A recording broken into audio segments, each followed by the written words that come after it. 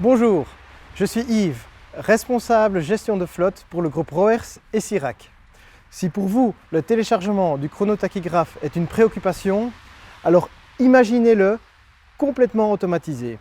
Parce qu'à présent, le téléchargement des cartes et du chronotachygraphe se font de manière entièrement automatique, à distance et dans les délais imposés par la loi. Fini le casse-tête du chronotachygraphe. Allez, venez, je vous montre. Voilà.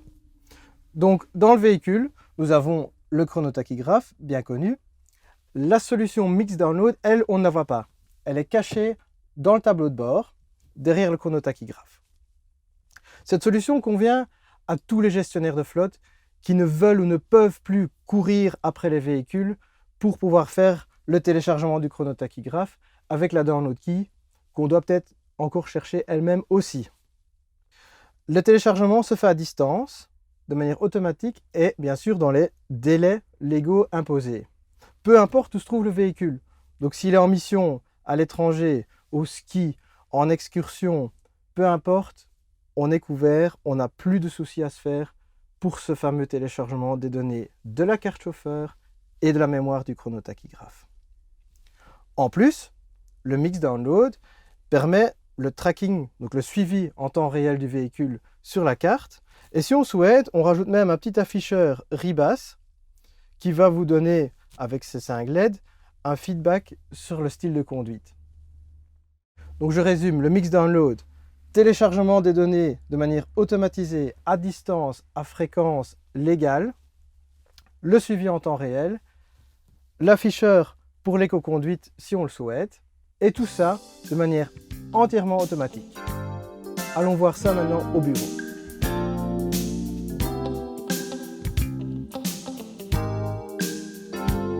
Donc nous voilà au bureau avec Yannick Balkan, des voyages de grève.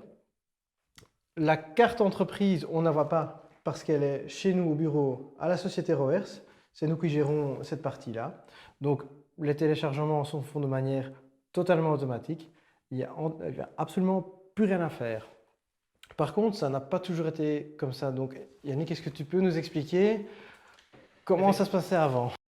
Effectivement, donc auparavant, on avait choisi un mécanicien pour le téléchargement des données. Bon, c'était assez facile pour les véhicules scolaires qui rentrent dans une tranche horaire 8-18, pas de souci. Par contre, pour nos autocars de tourisme qui peuvent rentrer la nuit, qui partent parfois 2-3 semaines, on avait des soucis parce que soit le mécanicien n'était pas là, soit parce que l'employé n'était pas présent pour le faire. Et on s'est dit, bah, tiens, est-ce qu'il n'y aurait pas une formule finalement complètement automatisée? Et c'est là que toi, Yves, tu m'as proposé cette formule finalement qui nous facilite la vie. On est sûr que le téléchargement se fait. Allez, au niveau législation, tous les 2 mois, on doit le faire pour le tachygraphe, tous les 28 jours pour la carte du chauffeur. Si on a un contrôle du ministère, c'est quand même super important d'avoir ces données et de les conserver de manière safe. Et c'est la raison pour laquelle on voulait que les données soient conservées par la société Roers. Comme ça, nous, si on a un souci, on se retourne vers vous et on vous envoie la patate. C'est exactement ça. Donc à part ça, on a aussi mis en place une série de rapports automatiques. Je sais que ce n'est pas toi qui les reçois, on a fait ça avec Julien, mais est-ce que tu as une certaine utilité par rapport à ces rapports-là? Ben, concrètement, on récolte les rapports 1 fois par mois. On les utilise dans un cas de figure où par exemple on a un chauffeur qui a une conduite assez sportive, on va lui montrer que tiens, regarde, voilà, ça c'est le bulletin du mois. On voit des accélérations intempestives, des décélérations un peu brutales. Donc, allez, on le voit sur papier, il faudrait que tu essayes de changer ta conduite et d'avoir une conduite plus défensive et plus appropriée pour la clientèle. Donc là, on a un support pour se défendre et expliquer au chauffeur qu'il doit changer sa méthode de conduite. Donc c'est quand même positif. On peut contrôler aussi les consommations. Donc, allez, voilà. On fait ça 1 fois par mois. D'accord. Et sinon, le suivi en temps réel, donc il y a le tracking qu'on peut afficher sur la carte. Je sais que les chauffeurs l'utilisent pas mal. Les chauffeurs l'utilisent entre eux, donc quand ils doivent aller rechercher un véhicule qui revient par exemple d'Espagne, ben c'est facile, il démarre au bon moment. Il peut localiser le véhicule. Au niveau du bureau, on a 2 écrans, donc les employés aussi. Si par exemple on a un véhicule qui est en panne, c'est beaucoup plus facile avec cet écran de visualiser tous les véhicules et de trouver une solution si on a un autre car qui passe par exemple à côté de celui qui est en panne, quoi.